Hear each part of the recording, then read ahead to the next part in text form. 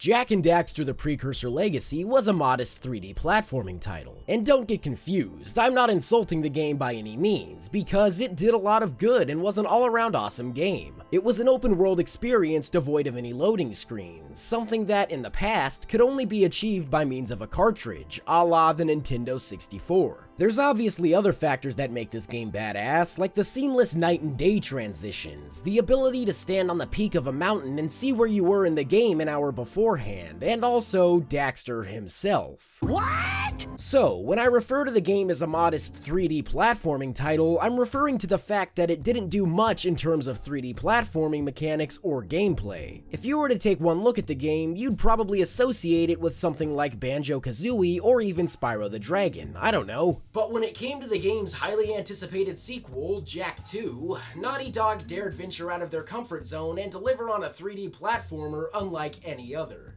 Now, if you've been watching this channel for a good amount of time, you'll have inevitably heard me mention that I pretty much grew up on demo discs. Sure, I had a lot of games growing up, but the idea of playing games that I didn't own, even if it was for a measly 20 minutes, always appealed to me. PlayStation Magazine's OPM demo discs were the best, since not only did they offer some of the best demos, but were also home to early access information that nobody else had, like E3 coverage and making of videos by the developers. Let's not forget the cool moves tips with Saul. Anyway, like many games I came to play, the official PlayStation Magazine issue number 73's demo disc was my first introduction to Jak 2. And having played the Precursor Legacy, it was quite the introduction.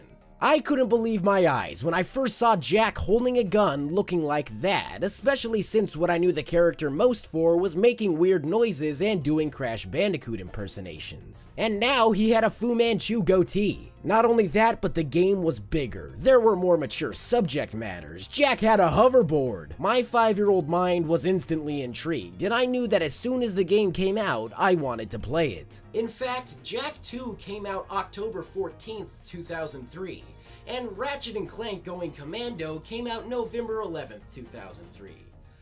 Not a bad year for Sony at all. And it goes without saying, but I was immediately sold on the idea of a darker Jak game, at least in the way that a 5-year-old with a subscription to the official PlayStation Magazine could be sold on the idea of a darker Jak game. It's a testament to the idea that younger kids are attracted to material marketed to an older audience. So yes, Jak 2 is a massive departure from its predecessor, and actually functions as the turning point in the series as each sequel followed suit. But by doing so, caused something pretty unfortunate to happen, as this became the black sheep of the series. It was colorful, home to lots of humor, and in many ways felt like the next evolution of Crash Bandicoot. But this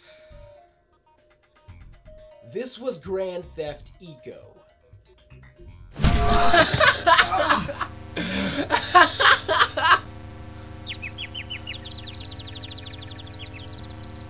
Jesus Christ, Pubis!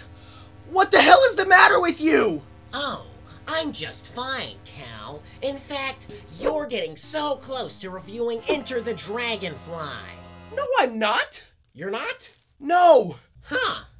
That's not even Enter the Dragonfly. That's a bag of bread. You're at least talking about Spyro 2, right? No. Jak 2.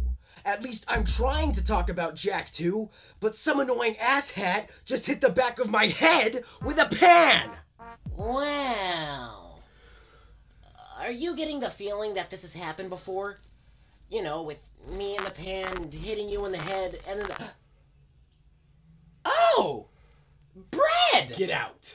You remember that 100% ending from the last game? The one where you put multiple hours of work into finding every power cell, just slaving away as the minutes turn into hours and your entire lifetime passes you by? Well damn, I have no clue what game you've been playing because it's possible to complete this game fully within a day. As I was saying, the true ending of Jak and Daxter sees the gang atop a pair of Dead in the Eco's corpses' citadel as Jak uses the Force to open this door. Cut to Jak 2 and things pick up a little after where they left off. I say this because apparently a whole bunch of Precursor tech was behind that door, but you'd have never guessed that seeing as the game ends on a cliffhanger and cuts to Daxter boogieing down. Regardless, preparations are complete, coordinates are loaded, and the group braces to go wherever this magical precursor sleigh will take them. Then suddenly things go wrong as the skies turn dark and this dude emerges from the portal. But not for too long, as Jak takes matters into his own hands and the group rockets into the portal, eventually being split up, leading to Jak being apprehended and Daxter scurrying off to star in his own game. A few years go by and the two reunite, only to find that not only can Jak talk now, but he faced prolonged exposure to Dark Eco by means of Baron Praxis and his right-hand man, Errol. Due to this, Jak turns into a walking nightmare whenever things get dicey, and am I the only person who notices the similarities between Dark Jak and Sonic's werehog form?